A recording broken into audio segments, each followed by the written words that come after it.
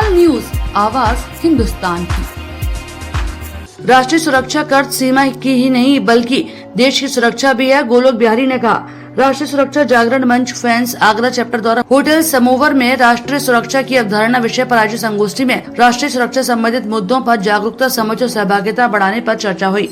आगरा में राष्ट्रीय सुरक्षा में सांस्कृतिक सुरक्षा भी है। राष्ट्रीय सुरक्षा का मतलब सीमा की सुरक्षा नहीं है, सीमा के अंदर देश की चुनौतियां भी हैं। सीमा के बाहर अन्य देशों में संबंध भी राष्ट्रीय सुरक्षा से है। भारत की सीमा के बाहर संस्कृति का संचार भी व्यापक राष्ट्रीय सुरक्षा है। देश में राष्ट्रीय सुरक्षा की कोई नीति नहीं बनी, ये चिंतनीय है। आज का भारत एक बदलता हुआ भारत है। फतेहाबाद रोड स्थित होटल समोवर में राष्ट्रीय सुरक्षा जागरण मंच फैंस द्वारा राष्ट्रीय सुरक्षा की अवधारणा विषय पर आयोजित संगोष्ठी में ये वक्तव्य फैंस के राष्ट्रीय महासचिव गोलोक बिहारी राय के थे।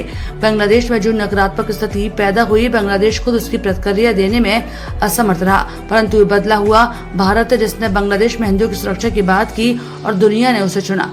यही वजह थी कि बांग्लादेश का अल्पसंख्यक हिंदू एकजुट हुआ और आंदोलन के रूप में अपनी आवाज उठाई।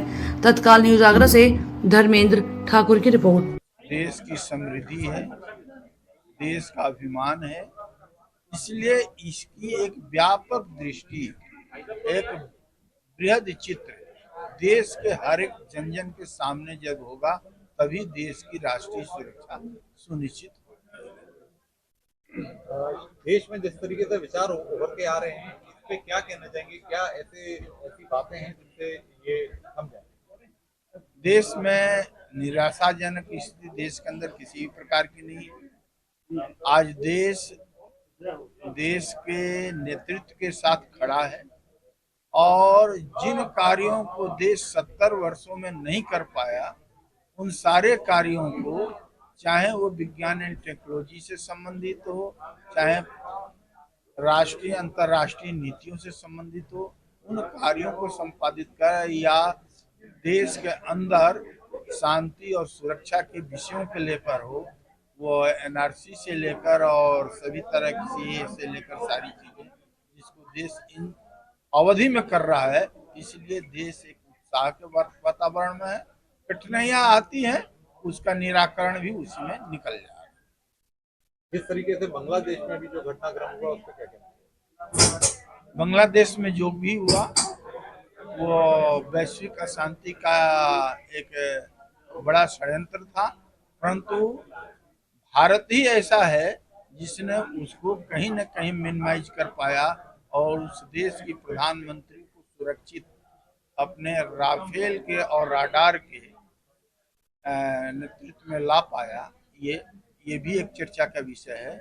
और जहां तक पहली बार 71 में लाखों लाख वहां पर जमात के माध्यम से हिंदुओं का, अल्पसंख्यकों का कत्ल हुआ, इस बार पहली बार है कि जिस तरह से एक जागृति वहां पर आई और तीसरे दिन हिंदू समाज और अल्पसंख्यक समाज आगे आकर खड़ा हो गया, जिसका अर्थ है कि कहीं न कहीं हमने एक सचेतता उनके अंदर। ये forum for awareness of national security fans group का आज का यह एक गोष्ठी है। इसमें हमारे राष्ट्रीय महासचिव आदरणीय गोलोक जी आए हैं मुख्य वक्ता के रूप में। राष्ट्रीय महासचिव हमें बताएंगे कि फैंस का उद्देश्य क्या है और फैंस क्या क्या करता है।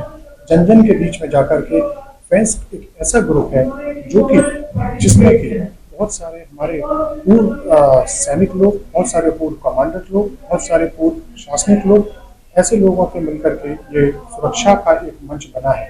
ये सुरक्षा हमें सिखाता है, आंतरिक सुरक्षा भी इसका एक मुख्य पहलू है, सांस्कृतिक सुरक्षा भी इसका एक मुख्य पहलू है। और आज आप देख ही रहे हैं कि किस तरह से यह जो आयोजन है यह हो रहा है। क्या कहना चाहेंगे जिस तरीके से आज का विषय बड़ा गंभीर विषय था, राष्ट्रीय सुरक्षा की अवधारणा। जिस तरीके से आपने वक्ताओं को देखा और सुना, बड़ी गंभीर समस्या है। देश की परिस्थितियां सोशल मीडिया के समय में गंभीर होती जा रही हैं। एक भी कोई घटना होती है उसको बढ़ा चढ़ाकर पेश किया जाता है। नतीजा ये होता है कि हम अपनी चुनी हुई सरकारों को हटाने के लिए तैयार हो जाते हैं, विद्रोह पर उतर आते हैं, अपना कहीं ना कहीं मानसिक और शारीरिक स्वास्थ्य खराब करते हैं। इसका फायदा दुश्मन देश उठा रहे हैं। लगातार ये प्रयास किए जा रहे हैं कि भारत को भी सीरिया बनाया जाए, भारत को भी यूक्रेन बनाया जाए और भारत जो अपनी अक्षुण्ण संस्कृति रखता है, जम्मू कश्मीर से कन्याकुमारी तक विविधताएं होते हुए भी हम सभी एक हैं, बोली भाषाएं हमारी अलग अलग होते हुए भी हम सभी एक हैं, और राष्ट्रीय चरित्र में भी हम सभी एक हैं। उसी एकता को बनाए रखने के लिए आज की ये संगोष्ठी की गई थी, और जिससे जनमानस ये समझ सके कि किस तरीके से विदेशी ताकतें हमको आपस में बांटना चाहती हैं। हमें बढ़ना नहीं है, हमें एकजुट रहना है और देश को आगे ले जाना है। देखिए, दुनिया में हलचलें हैं। दुनिया की कुछ ताकतें अपने आर्थिक स्वार्थों को लेकर अपनी कंपनियों का मुनाफा बढ़ाने के लिए दुनिया को के कुछ देशों को तोड़ना चाहती हैं। जैसा शेख हसीना जी ने कहा कि अमेरिका बांग्लादेश को तोड़ना चाहता है, वो सच कह रही हैं। ऐसे प्रयास भारत में कनाडा के माध्यम से खालिस्तान के लिए भी हो रहे हैं, और नागा कुकी और मैती का संघर्ष दिखाकर मणिपुर में भी हो रहे हैं, और यही बात यूक्रेन रशिया के बीच में चल रही है, और यही जो लड़ाई है इजराइल और फिलिस्तीन, लोग उसको हमास कहते हैं, हमास उसका नेतृत्व कर रहा है, वास्तव में वो फिलिस्तीन है, उसके संघर्ष में भी ये बात है। तो भारत आज के समय में भारत के लोगों को ये समझना होगा कि दुनिया में कौन सी ताकतें हैं। भारत को कमजोर बनाने के लिए, भारत में विभिन्न प्रकार के आंदोलन उठाने के लिए कोशिश में लगी हुई हैं। तो एक जागरूकता का, एक जागरण का कार्यक्रम है ये, कि जनता को पता चले कि क्या क्या दुनिया में चल रहा है। जिस तरीके से बांग्लादेश में हिंदुओं पर अत्याचार हो रहे हैं, उस विषय में आप उन पे जो अत्याचार हो रहे हैं वो एक खास मानसिकता के लोग कर रहे हैं, और केवल बांग्लादेश में हिंदुओं पे नहीं हो रहे हैं, और दुनिया के अलग अलग देशों में जहाँ जहाँ भी अल्पसंख्यक रहते हैं वहाँ पे हो रहे हैं। तो ये जो नई जनरेशन है उसको समझाना पड़ेगा और नए संस्कार देने पड़ेंगे। कुछ गलत संस्कार दिए जा रहे हैं कुछ जगह कि दूसरे धर्म के लोगों को मार दो। तो भारत वसुधैव कुटुंबकम वाला है, भारत दुनिया को अपना परिवार मानता है, ऐसी सोच डेवलप करनी है।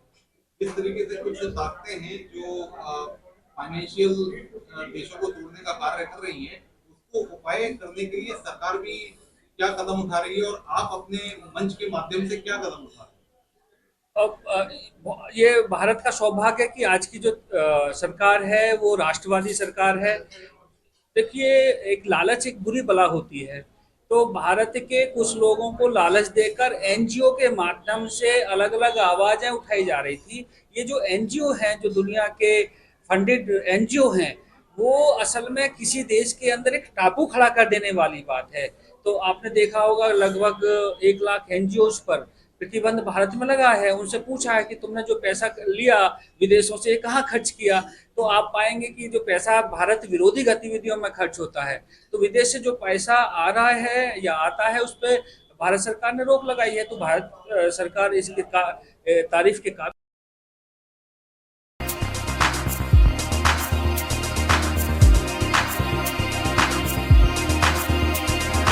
तत्काल न्यूज, आवाज हिंदुस्तान की।